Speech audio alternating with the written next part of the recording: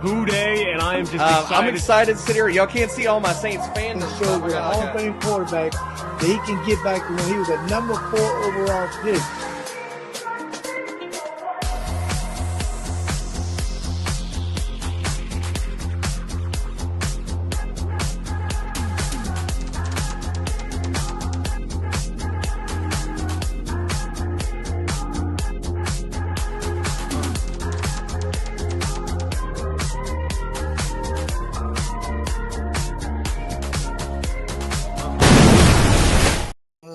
That's right, ladies and gentlemen. It is Commissioner Cooper, and it's time for TSS Fantasy.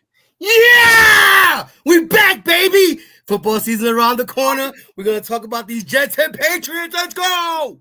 That's what I'm We've been back. I don't know about you, Freddie, but you can tell the excitement and the first show excitement from Fred, that's for sure. All right, let's get this puppy started. Uh-oh, looks like I've lost connection to my camera for some reason, but can you hear me still? we can hear you good. You good? All right, well, fuck it. Let's just keep it rolling. Don't forget, let's pay the bills first real quick, and then we'll do the intros. Do us a solid if you're watching on YouTube. Give us a like, give us a comment. Little things stopping you from doing it, big things popping for us when you do, so we appreciate you. Also, don't forget, go to Fast Draft app, use the promo code, I can't talk tonight, TSS, and we'll double your deposit up to for $50. I got that other lingo in mind. Also, when you're looking for some championship bling for your fantasy champion, look no further than Pro-Am Belts. All right, well, listen, get your sunblock on and your flip-flops on because we're doing the summer tour, and it's the AFC East. I know we're all excited for that. Let's get the intro started. Welcome to the studio, Mr. Sophistication himself, Angela Duke. Welcome in, my friend. Pinkies up for my Pats tonight. I'm ready to take Freddie down here and bring him back to earth. Pinkies up, thumbs down. I like the way you're talking. Let's also get in his debut of the summer tour. It's Fred the Jester Reyes. Welcome in, my friend. Thank you. You know, I usually don't start this till about September, but we got to talk about the Jets, and the boys had me show up, so I'm here. Follow me on X at the Jester, Fred the Jester. Indeed, go follow Fred. Lots of great stuff on there. Bill, what's up, man? It's a little early to see Bill's name up on the comments, but we appreciate you coming in. And Bill, by the way, if you go into our live we already did the Broncos, so go check that show out and see, come on, give us another view, bro. Tighten up. All right, guys. Well, look, we got a lot of offseason to catch up with, so let's put the tape in the tape deck and hit rewind. It's the Summer Rewind.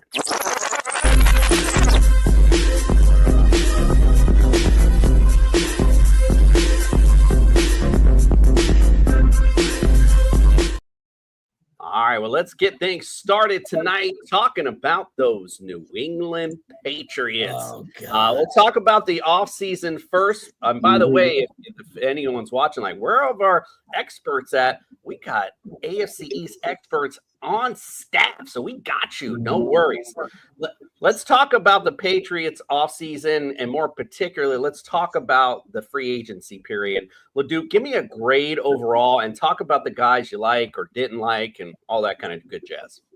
Yeah, I'm going to give them an optimistic B+ as far as the free agents ad goes, because they went out and just simply did what they needed to do. They brought in Stephon Diggs, which is obviously the big flashy name, but we'll talk about what that does more so for the team as a whole, beyond just the stats there. But then going out and getting a guy like Milton Williams and Morgan Moses and Harold Landry, these are names that are going to find success in Vrabel's style.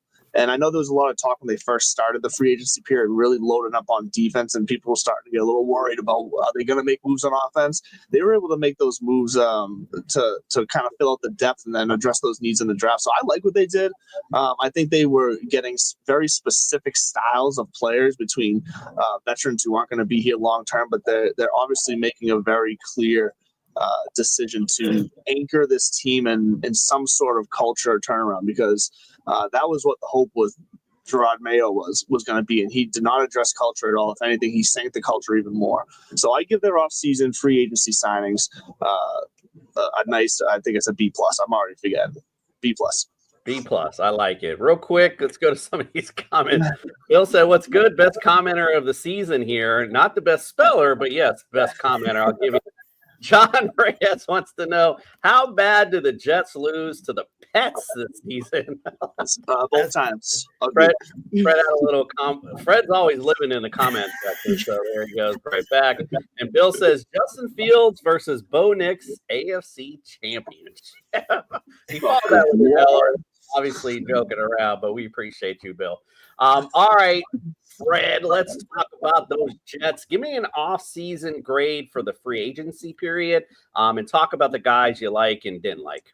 I'm gonna give it a C+. A B-. Only due to the fact that we didn't do too much. The two biggest things we did was obviously get Justin Fields as our quarterback. Kind of happy that we did win him from Pittsburgh. And of course, I'm gonna count the coach, Aaron Glenn, coming from Detroit. He come with that winning mentality. Obviously, we know he's gonna ground pound the football and play defense. Justin Fields ain't not throwing 15, 18 times. That's about the most he's gonna throw per game. The other big signing was re-signing our own middle linebacker, which is Jamie Sherwood, with C.J. Mosley now retiring. We needed him in the middle, and he's always been very productive for us. 158 tackles, 95 solo.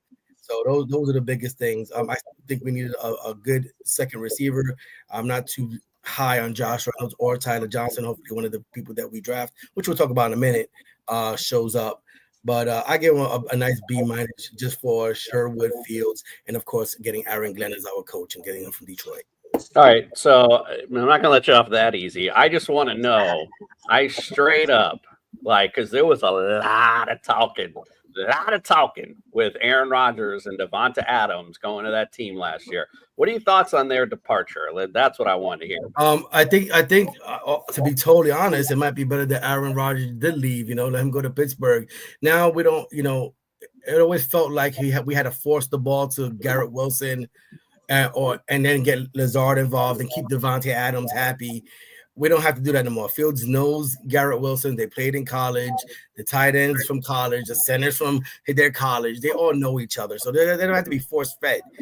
Aaron Glenn came in, like you were talking about culture, different culture, and we all know that this is going to be a running football team. There's no other way around it. Yeah, because prior to the arrival of Aaron Rodgers, the Jets at the very least had identity, where it was playing good defense and running the football. That's what they were. And Aaron Rodgers comes, and it's like, oh, we got to get this ball around. And we've talked about it many times last year.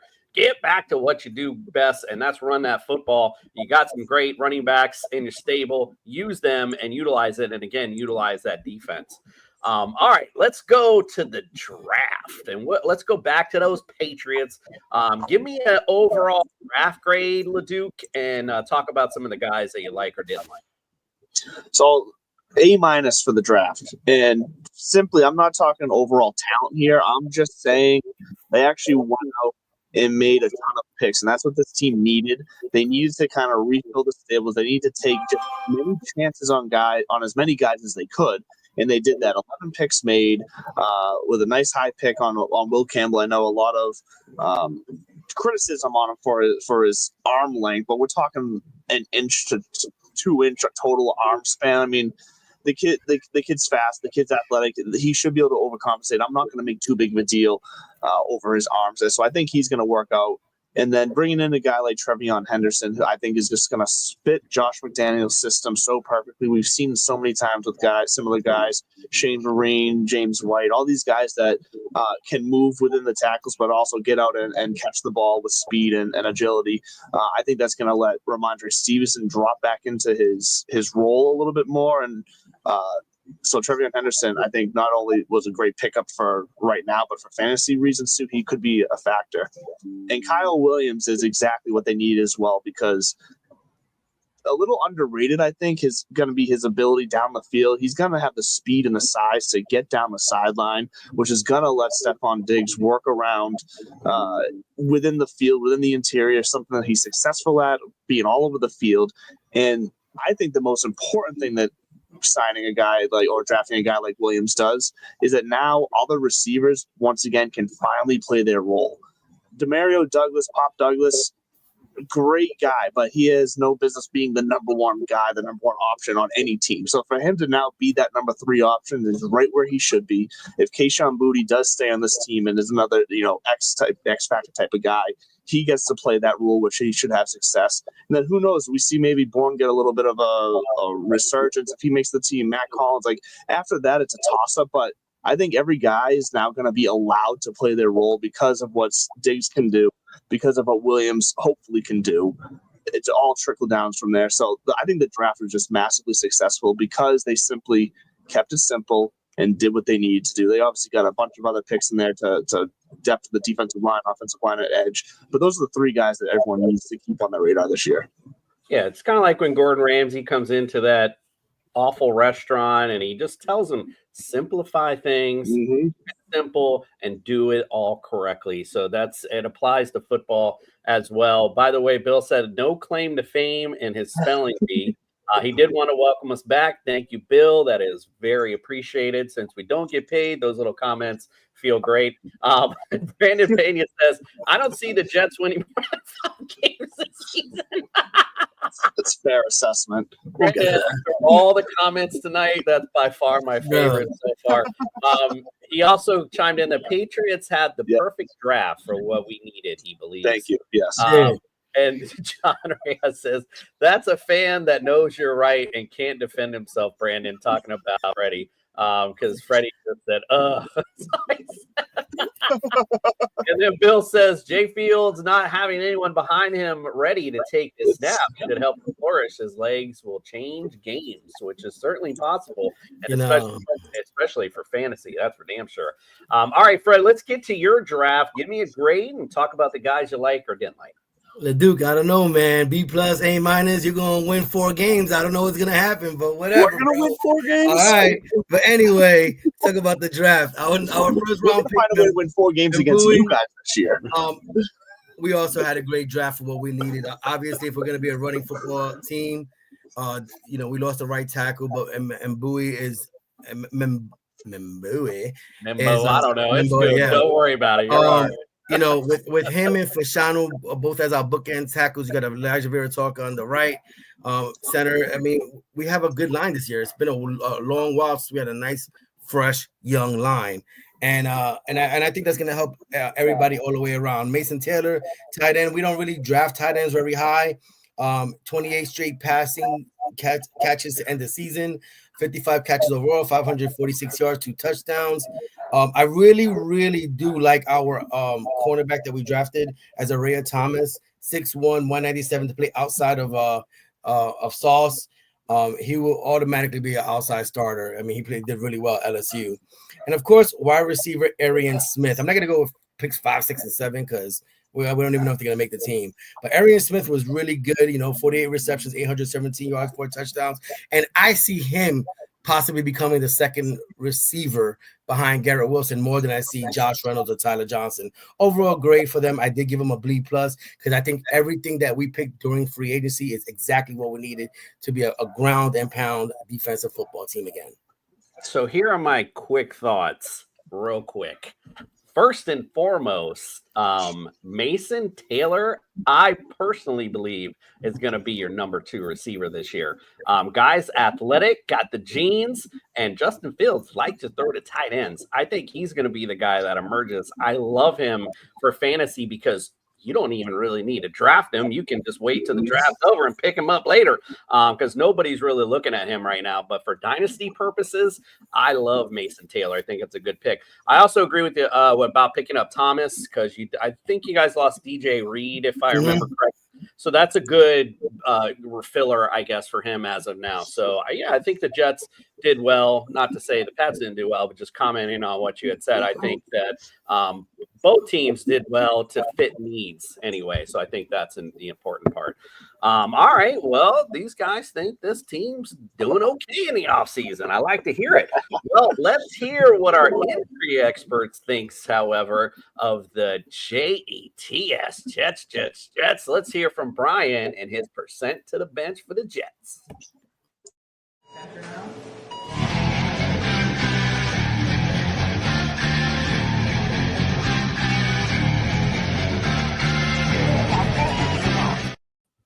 The doctor is in. I'm about to throw up in my mouth a little because we're about to talk about the New York Jets. All right, Brian, what do we got for the Injury List podcast? What we got on the percent to bench? Well, the only thing better than being a Giants fan is knowing that you have the Jets in town to take away from all the Giants woes. So thank God for the New York Jets.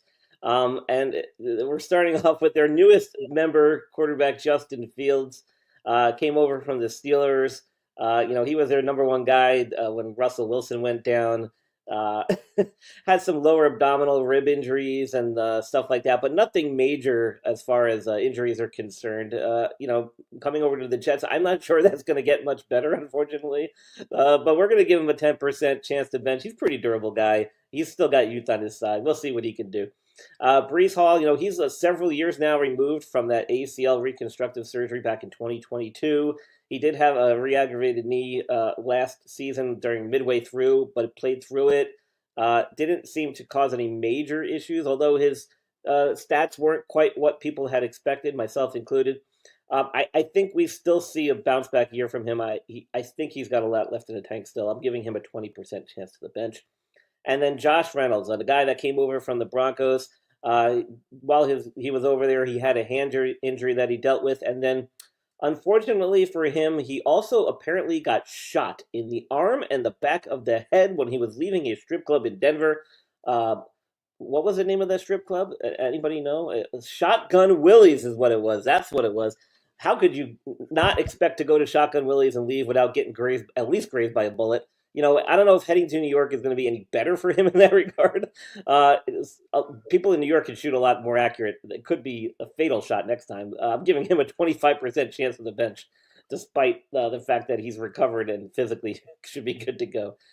Jets, you got to love him. Shotgun Willie, indeed. All right. Well, good on you, Brian. We appreciate it. And we'll see you next time. I'd rather be. I'd say I somehow missed that story. I didn't even know that ever happened. I didn't either, but I'd rather be grazed by a bullet than one of the diseases from Shotgun Willies that are probably floating around in there. Quick funny story. When I was in the military, my first active duty station, they had all of us in this big, I don't even remember where the hell we were. There was a bunch of us there, and they showed us pictures of some female genitalia that had been affected by things in the areas. We're all like, no. So kind of keep you up. Bill sent us a good question while the doc was on, so I just will ask before we get on to the next thing. Bill wants to know which sophomore QB has the best chance to repeat their rookie success. And if you don't remember, we got Jaden Daniels, Drake May, Bo Nix, Michael Penix, Spencer Rattler, and Caleb Williams in that mix. So I'll go to you, LeDuc. Who's got the best chance of repeating success? If I had to rank out like a top three here out of them, I would definitely agree with John Ray's in the chat there, although it's, McDaniels made me laugh. I'd put Jaden Daniels with the number one chance, and then I'd probably go Bo Nix after that, followed up by Drake May. I just think Daniels is just going to be able to do so much with that offense. It's pretty much the same crew around him. He's got the chemistry. I don't see why he can't, not only succeed again like he did last year, but build on it. Cool. Fred, what do you think? I think we have to. We have to move ahead of. Jaden McDaniels. Yeah, great, going to be a great quarterback. But I think we got to put Caleb Williams up there. You picked your coach. You got the receivers, you got the linemen now. You got everything you need to succeed. There's no more blaming the coach. There's no more blaming anything because you got everything handed to you. If you don't improve this year, you're going to have the whole city of Chicago on top of you for not performing. And that's I think he has to perform and be better.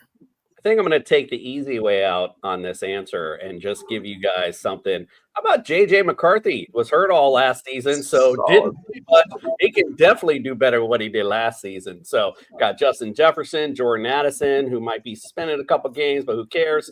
Still a great high-powered offense for a second-year guy who didn't really get a chance to sniff the field last year. So I think he will exceed his expectations this season. Like you said, John said, Jaden McDaniels for sure. Brandon Pena says, "Oh man, I just noticed Cooper's shirt, and I got the Jets and Dolphins fighting for third in the AFC East." Brandon, get it straight. It's America's team, the Miami Dolphins, on this show. So make sure. Quick funny story. I know Brandon, right? So me and a couple of these guys on this chat bet $200 each that at the end of this season, the Jets will perform better than New England. Oh, God. Fred's always doing these, bro. He's always. Let me run to my bank account and get some action on this one. We will have a better record than New England. You can have all $2 of my dollars. John said Drake May also has new weapons, though, and will be better than last year for sure, is what he believes. We'll see. I mean, Stephon Diggs worrying more about boats and hoes at this point. Bill says, good point. LOL JJ, and he said Bo Nix, damn it, wanted us to throw that in there, I guess. He said I said it wanted 500. He said no. That's easy money for the Jets getting the first pick for next year. There we go. I love the commenters tonight. They're on fire. All right, talking about the season, let's do some season predictions. When this baby hits 88 miles per hour, they're gonna see some serious shit. Some serious shit indeed. Let's get to it. We're just going to break down the skill positions, talk a little fantasy, and then I'll ask you after how you feel about the team overall, where they finish this year. So we'll go to you first, Fred, since we led with LeDuc on the last one. Let's go right to the QB, Justin Fields. Last season, it's hard to compare. He was a backup last year. Saw a little bit of time as a starter, but not much. Ended up being 32nd overall. This year, the current ADP, which is average draft position, Fred, is number 13 overall, right outside the top 12. So what do you think? Do you think that is higher and lower than that? I think that's a good spot for him, right around 12. I mean, listen, he actually showed flashes that he can be good in Pittsburgh. They should have never benched him when he was 4-2. I don't know what Tomlin did that for. He went to Russell Wilson. Didn't make no sense. I think now with a coach who giving him a shot, nobody's behind him. It's his job to win or lose. You got a line now. Garrett Wilson. You got a decent tight end, as we said. You got a good running game. You have you honestly, if you don't do it this season, we'll be picking up a quarterback in the draft because it's draft heavy next year. The quarterback heavy next year. So I believe top 12 is a good place for Justin Fields. Okay, he likes it. What do you think, LeDuc, for your QB? Drake May last year finished 23rd overall. The current, when I say current, this is when I did it the other day, so it's just what it was the other day. He's 16th right now overall for ADP. What do you think? Higher or lower than that? I think that's about right. And I do think he's going to go up in, yardage and rushing yards and touchdowns. I think he's going to be more comfortable. But the thing that I still need to see it before I believe it is I need to see him protect the ball. And because those are going to be big minus numbers coming back on his fantasy numbers. And he had 19 total turnovers he was responsible for last year between picks and fumbles. So I need that to drastically change before I would feel comfortable in putting him into the top 12, which Justin Fields in the top 12. I cannot get behind that. He runs, bro. He runs the ball. I know he runs. I cannot get behind that. Brandon says, I say 7-9 wins for the Patriots. Being completely honest, we have one of the easiest schedules of the season and are prepared for 11. Let me just say this now, though. I hate hearing that shit because you're basing off your schedule off what they did last year. You don't know what these teams are going to be like this year. So that easy schedule shit always just kills me. I'm like, bro, we don't know what they are. The big dog, Sean Lake, he's in the building. What's up, Sean? Appreciate you dropping by. And Drake, better worry about Ben Woolridge is what Mr. Bill has to say. No one knows who that is. So, all right, let's go on to the running back position. Fred, let's talk about your running backs. Breece Hall last year finished 18th Right now, current ADP's got him 14th, and they got Braylon Allen. He finished 51st last year. They got him ADP 52nd. He's basically the handcuff to Brees right now, but with some potential if Brees goes down. But what do you think for Brees? Is higher or lower ADP than 14th overall? I do have to go higher. He was, but most draft last year had him at what, top 3? I mean, most people drafted him the second back in the draft. Now, obviously, we didn't know Aaron Rodgers was going to come in and we're going to let him throw 40 times a game, but it took away a lot from Brees Hall. Linemen were going down, so I think this year you will see the ball being ran. We know what Aaron Glenn's about. I give Brees Hall 10th best running back, 9th to 10th best running back this season. So it burns me because last year I was all upon Brees Hall. I got him like number 1, I think, last year. My thought was the addition of Rodgers will not allow defenses to stack the line. And if they were smart, they would have kept running damn football. But that's not just how it worked out. But we shall see. This could be the year, man. The guy is a money maker on the field. LeDuc, let's go to your running backs. A bit different situation. As you mentioned earlier, Travion Henderson now added to that backfield. You already had Ramondre there. He was 27th last year. The current ADP has him 34th, and they have Travion at 26th. So what do you think? Those guys higher or lower than what you think? Yeah, Henderson basically is a running back too right now. I'm not quite there yet. I can't see putting him ahead of David Montgomery or DeAndre Swift or Aaron Jones or even some of the other rookies like Quinshawn Judkins and RJ Harvey. I can't quite see that yet because there are still a lot of question marks to see how exactly they use him. I suspect very strongly how I think they're going to use him, but there's still other much more proven guys, and basically the same situations they've been having success in the last year or two.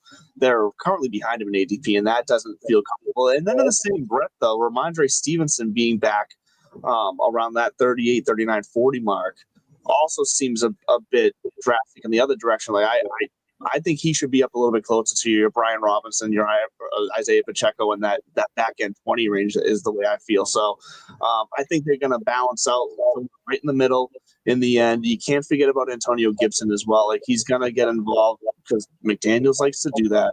And he showed that he can last year. So this is honestly going to be a pretty tough running back room, at least for the first half of the season when it comes to fantasy. It's not one I'm going to go near, which is why Travion Henderson as an RB2 right now in the ADP is a little shocking. Yeah, I don't remember the show we did the other night, but I can't even recall what running back room we were talking about, but I just described it as a hot mess. And this is kind of what that kind of, and I mean for fantasy, not necessarily for the team itself. For fantasy, it's just one of those things where you're unsure. It's tough to put your faith in a rookie. It's tough to put your faith in Ramondre Stevenson, who has shown he can fumble a lot and he can get injured. So there's a lot of question marks behind the running game here. But, like I said, like you said, they're going to mix these guys in. I think it'll work out for the team overall. The big dog says, I'm not putting a number on the wins for my Patriots.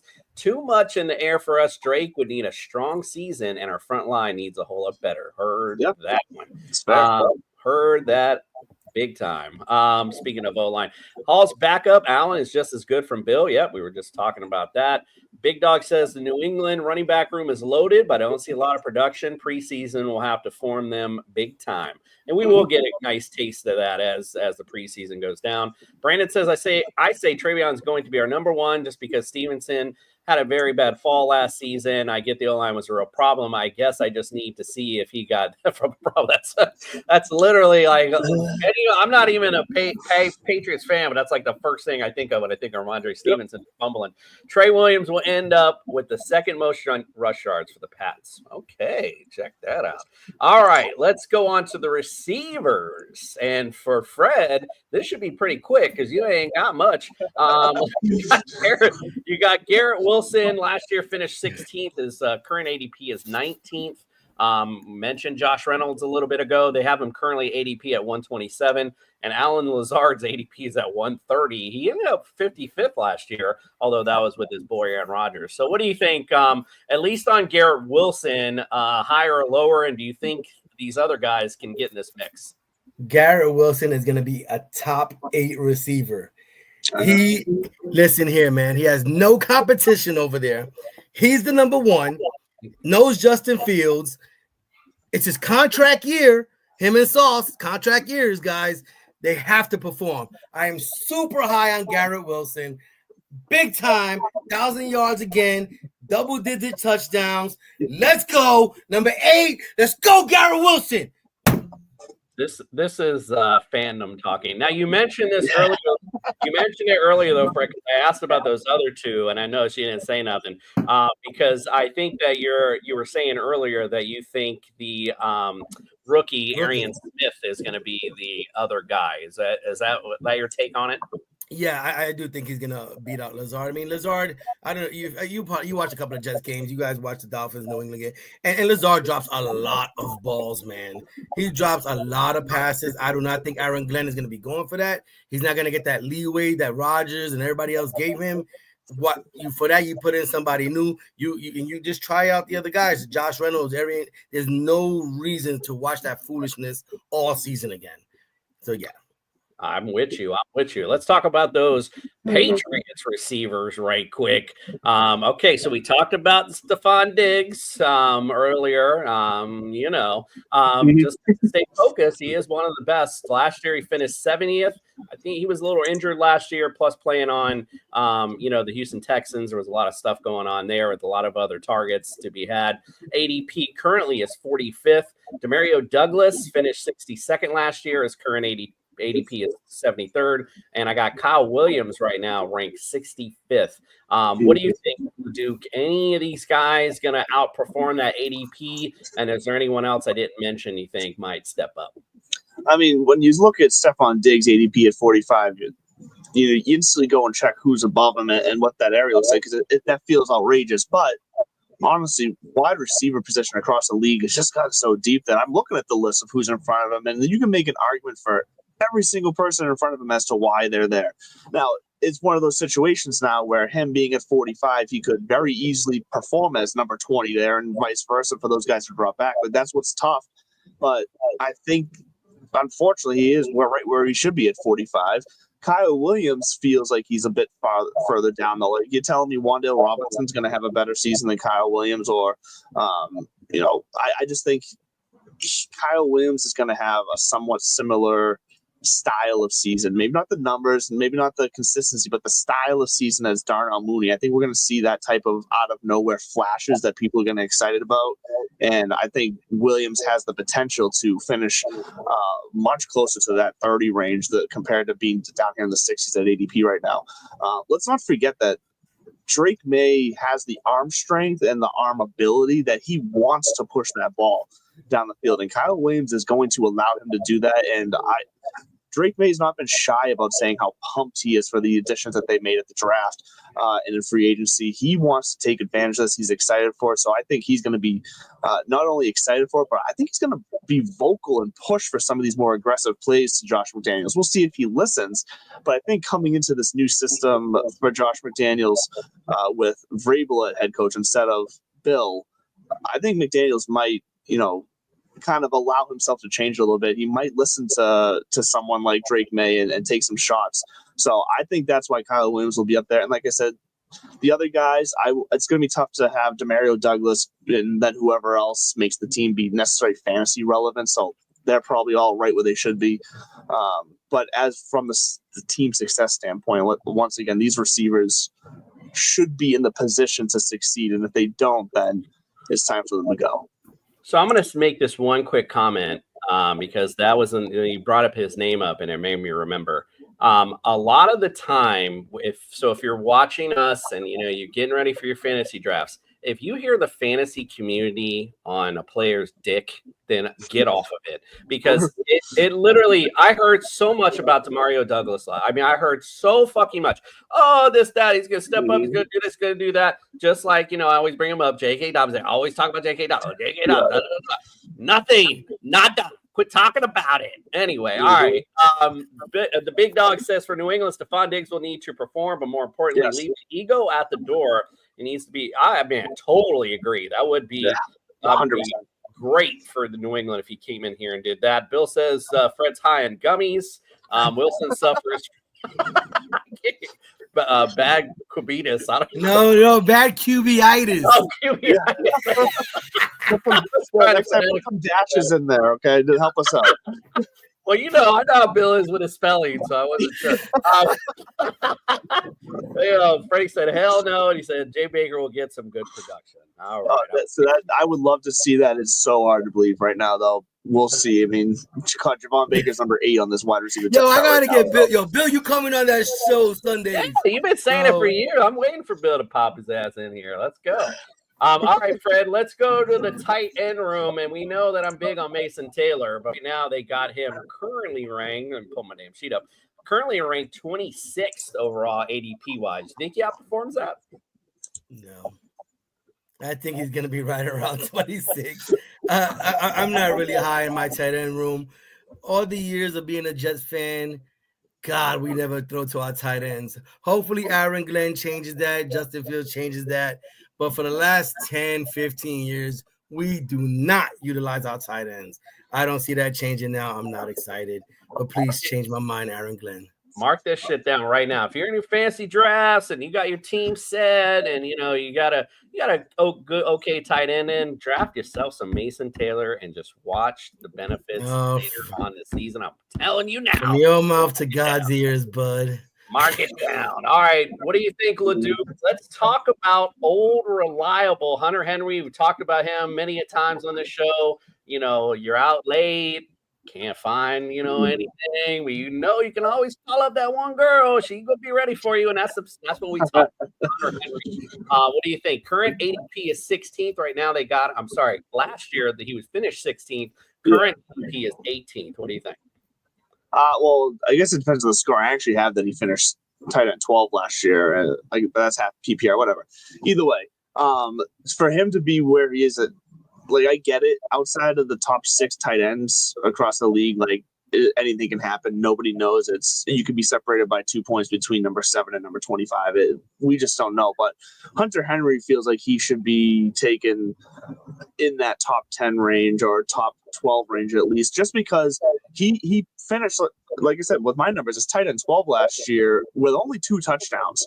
This is going to be an offense that is going to be a bit more smooth, a bit more productive, and Drake May's still going to feel comfortable. That chemistry is still going to be there to where when they get down to those close yardage on the goal line, it's going to take a while to develop that chemistry with Kyle Williams for the fade route or whatever it is. Stephon Diggs, same thing.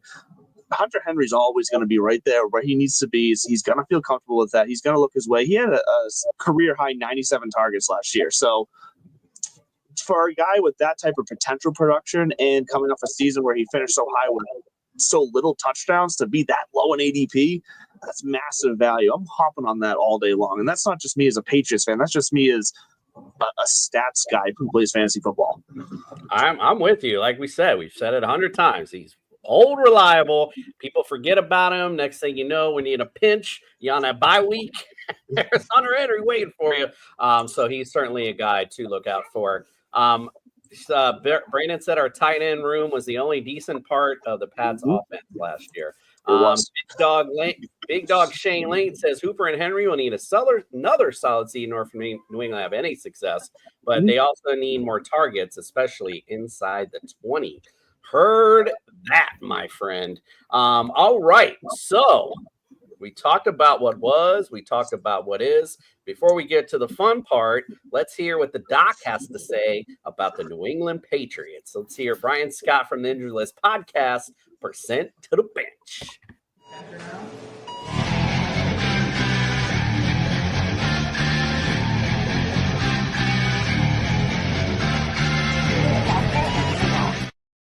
The doctor is in. We're in New England for the Percent to the Bench with Brian Scott and the Injury List podcast. What we got today?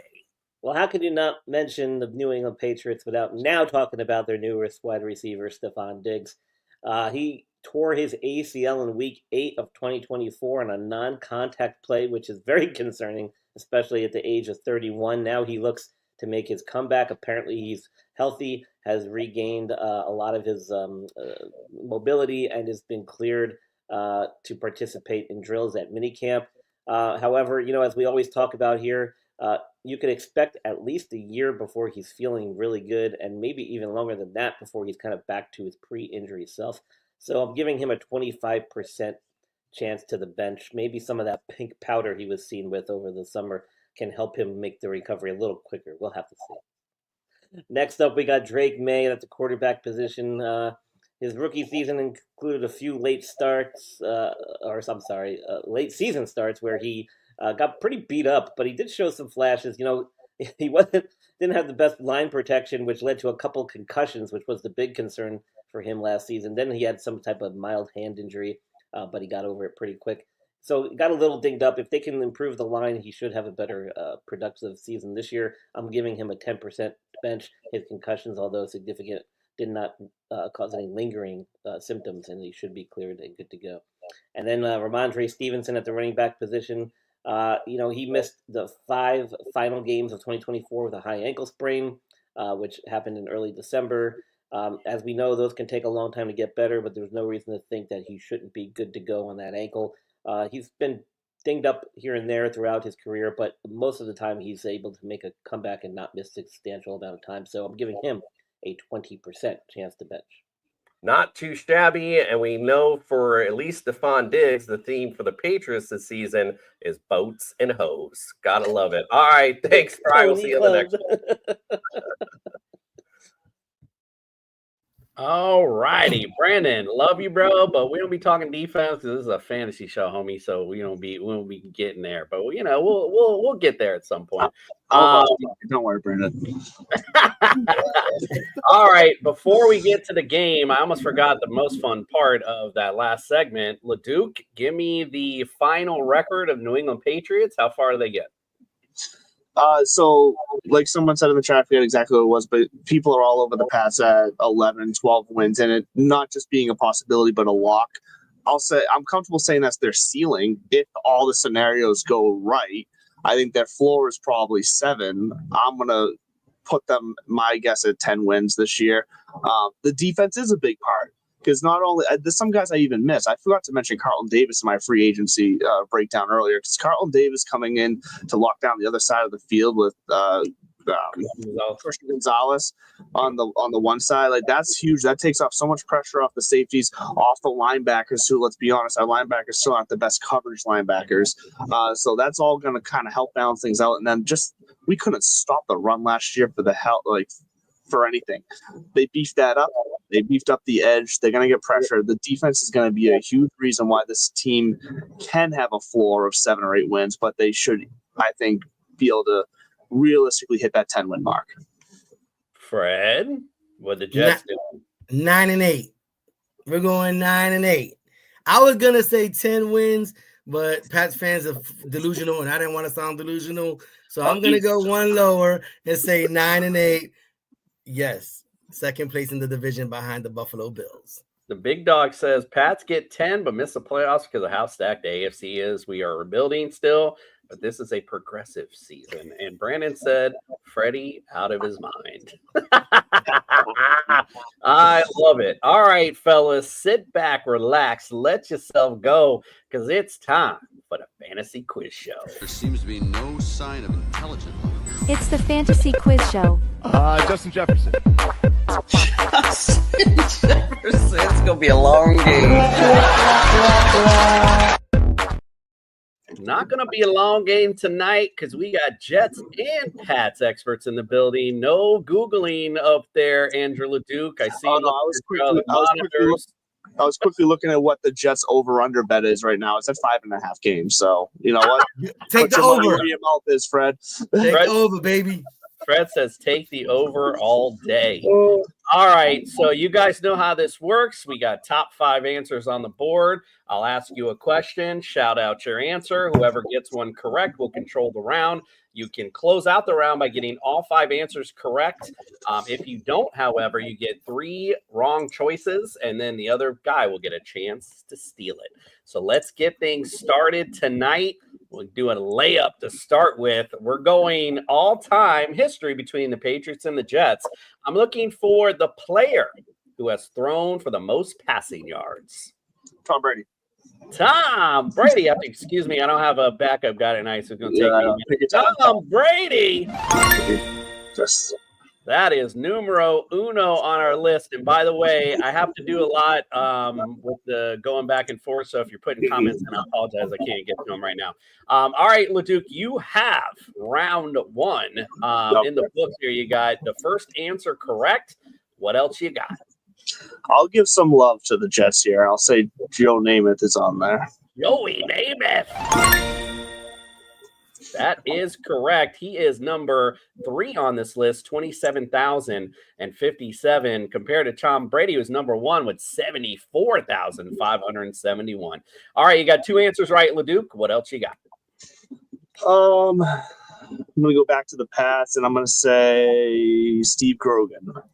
Steve Grogan. Oh, shit. Did you miss it? No, I just hit the wrong button. That was all. I thought I started something, which I didn't mean to. Steve Grogan is correct. He is number 4 on this list, 26,886. So you got 2 answers left with no strikes. All right, so he's number 4.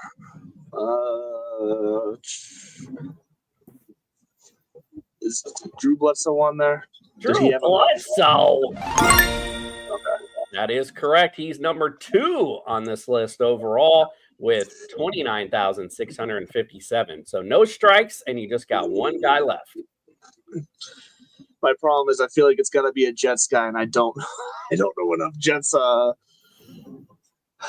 quarterbacks history. Always the monologuing when they don't know the answer. You notice that? No, it's true because I don't know. So now I'm fearful. I'm going to go 3 straight. God, is Boomer Esiason on there? Boomer. He's just a name that I know was the Jets quarterback. So. All right, you got 2 strikes left. Okay. It's definitely no one of recently. None of your Zach Wilsons or Geno Smiths.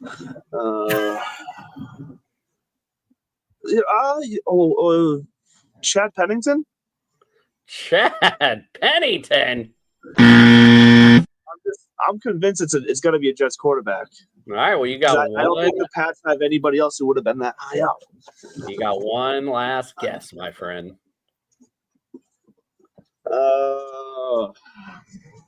Fuck, I'm going to go 3 straight strikes here. Vinny Testaverde. Testaverde. We gave him the friggin' game.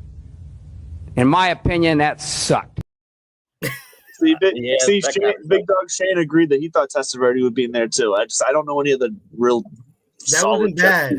Freddie is about to tell us right now because I know this quarterback. Listen, there can only be one if it's a Jet quarterback, and he went against Dan Marino. It's Ken O'Brien. It's Kenny O'Brien.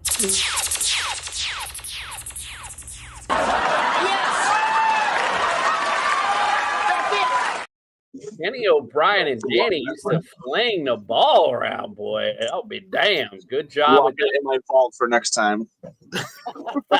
Kenny O'Brien, number 5 on this list, 24,386. All right, Fred, you got the first round. Let's keep it moving. Top 5 answers on the board. Here's your question. I'm looking again. Jets and Patriots all-time history. Who are the players who have the most rushing yards? Curtis Martin. Curtis Martin. Fred's over there all quiet and shit. I know. I just want to steal shit. You know what? He's playing the strike. He's gonna let me strike out, and he's playing like when they watch Family Feud. They always ask him if they want to pass or play, and they never pass. But Fred's the guy who's passing. Number one on this list was Curtis Martin, 10,302. All right, for which team? He played for both. Honestly, I didn't even look. That's funny because I didn't even look to see which team. He just came up on the list. I don't even remember if I even looked to see who it was. But the rest of this list, we got some challenges right here. Let's go, LeDuc. Who else you got? All right, I do know a couple. Sam Bam Cunningham is definitely on here. Sam Cunningham. That is correct. He was number 3 on this list, 5,453. All right, got 3 more answers out there. All right, give me Jim Nance. Jim Nance. That is correct. Booyah, Mr. Jim Nance was, he was number 4 on this list, 5,323. All right, no strikes and 2 answers left.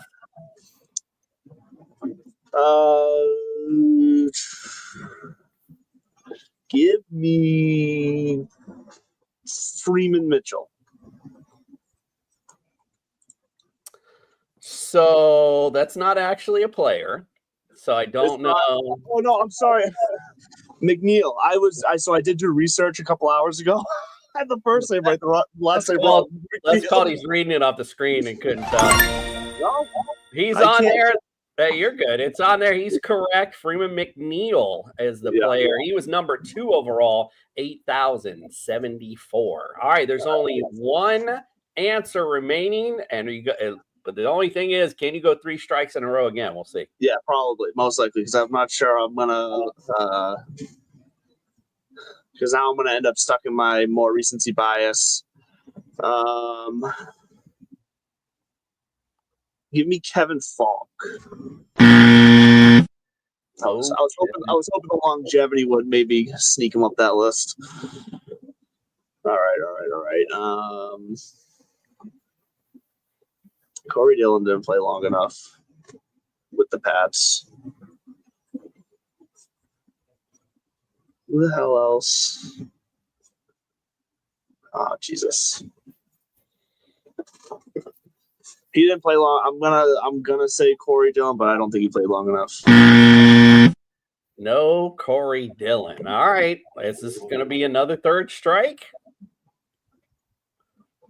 Yeah, probably, because I can't think of another running back. Who else was there? I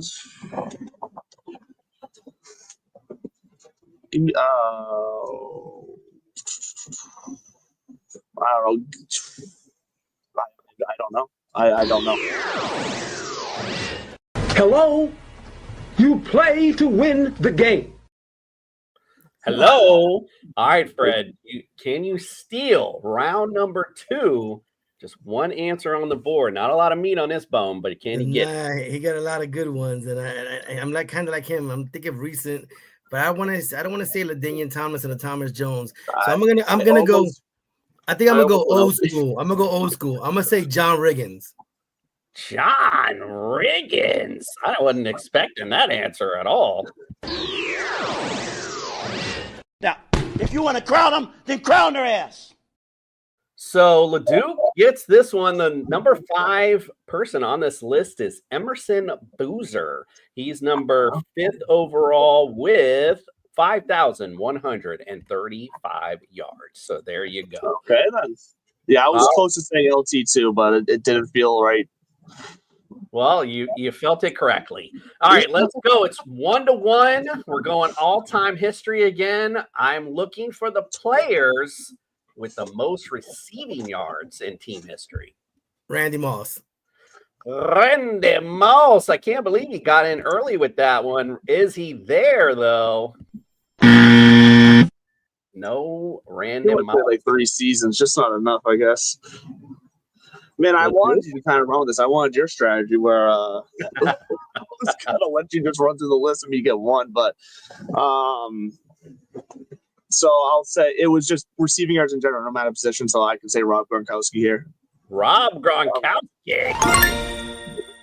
That is correct. Rob Gronkowski is. I lost my mouse. Sorry. Rob Gronkowski is number 4 on this list, 7,861. All right, Duke, you got control. What else you got?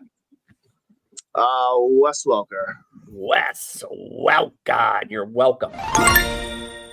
That is correct. Wes Welker on this list is number 5, 7,459. All right, you're missing 1, 2, and 3, Leduc. I'm going to go old school Stanley Morgan. Stanley Morgan.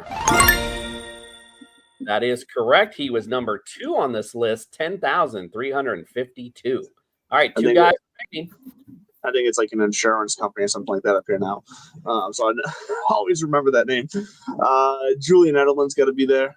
Julian Edelman. Oh. make the cut.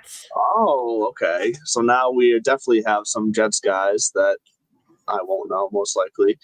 I'm going to say one of the few older Jets receivers I know, and Wayne Corbett. Wayne Corbett. Funny note, I asked him to come on the show tonight, and he never responded. So. Well, one incorrect question left, and you got 2 answers up there. Can you get it? Get one. All right, I'm stealing Shane in the chat to answer. Ben Coates. Ben Coates. Cannot play with him. Cannot win with him. Cannot coach with him. Can't do it. All right, Fred. 2 answers left on this board. Can you name one of them? I have to go with my first theory because if Ken O'Brien's up there, Al Toon has to be up there. Al Toon. I'm surprised he's not on here, but Now, if you want to crown them, then crown their ass. Not on this list, believe it or not. The second, sorry, again, the mouse disappeared on me. The second, I'm sorry, yes, was he second? No, third. Third on this list was Wesley Walker. Yeah, Walker. Yeah, sorry. I see Walker. It was him. It was Al Toon or Wesley Walker. I thought it was Toon, man. Wesley Walker was your guy, 8,306. And number one, no one mentioned the number one guy overall was Don Maynard, 11,732 yards. I don't know my 19s, whatever he played. Up with your old Patriots history. All right, so we got LeDuc's up 2-1. Close this out. You win it all. Let's see. Top 5 answers on the board. Here's the question. And again, I'm going all-time history with both teams. I want to know who are the players who have scored the most TDs in team history. In team history, the most TDs. Rob Gronkowski. Rob Gronkowski. Apologize for my fat fingers. Let me scroll down. Okay. That is correct. Rob is on this list. He was number 80. I'm sorry, number 2 with 80. So you got control of Duke. Can you close this out, my friend? More importantly, can I get enough that I take Fred's? Okay, it's going to be a bunch of repeat names we just had. So let's go Curtis Martin, both teams. Curtis Martin. It's got to be number 1. Wait, what? Not on here. And I think maybe because they split him up. I don't really know, but he's not on that list, my friend. Oh, shit. Okay. All right. In that case, what was it? What was his name? Don Maynard. We'll take a shot at him being the number 1 receiver. Don Maynard. Okay. He's actually number 1 on this list overall for most touchdowns as well with 88. Good old Don Maynard was flanging it. All right. So you only got 1 strike with 3 answers remaining. Okay. Let's go. I got to remember this includes running backs too, so it's all just touchdowns. So, let's go back. Oh, wow. Let's go Julian Edelman. Julian Edelman. He loves him, but you're wrong. I figured out the case. All right. So you got 2 strikes, and there's 3 answers there. Can you get one of them to continue playing? Well, we'll go back to one of the other top ones, and from the old school, Stanley Morgan. Stanley Morgan. Okay. He is on this list. He is a numero 4th, and he got 68. So you got 2 left with only 1 strike remaining. And which numbers do I have left? You have number 3 and number 5. Okay. Oh. Jesus.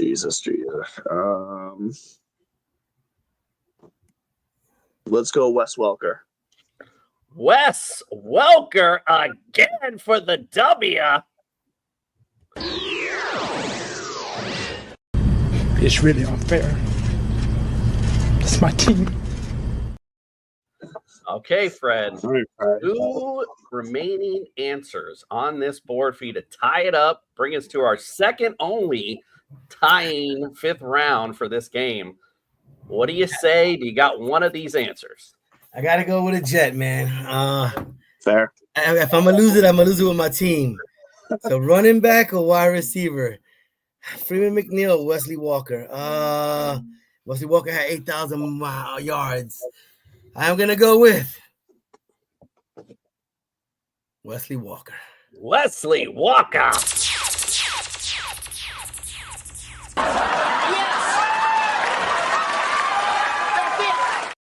He was on this list. Good job, Fred. He was number Wesley Walker. He was number 70, or sorry, I keep saying it down. He was number 3rd on this list with 71. And the 5th person on this list at the bottom was your boy, Emerson Boozer, with 65 TDs. Oh.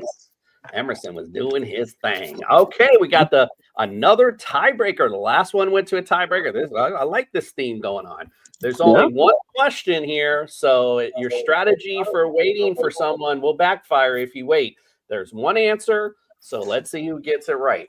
Okay, all-time team history. Who owns the all-time series lead between the 2 teams? Patriots. Oh, I heard one correctly, and fucking Freddie got it in first. It's the Patriots.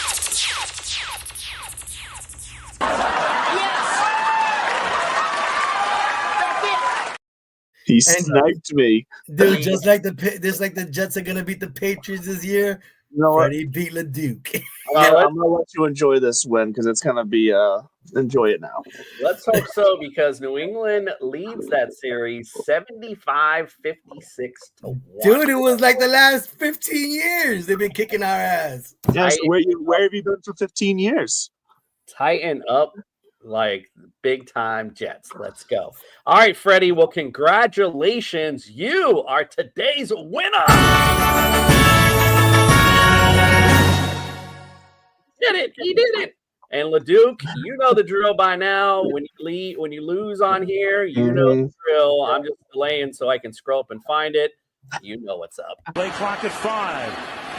Pass is intercepted at the goal line by Malcolm Butler. Dumbass. Thank these. They call me dumbass.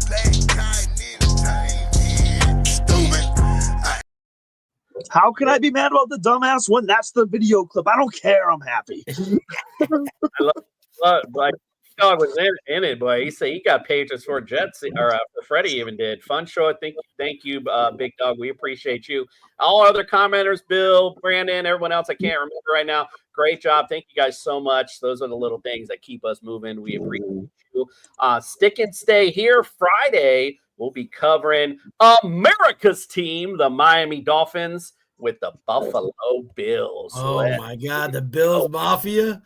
So stick and stay here. We appreciate all of you coming in tonight. For my co-host tonight, thanks for stepping in and being our experts for the evening. Good game as always.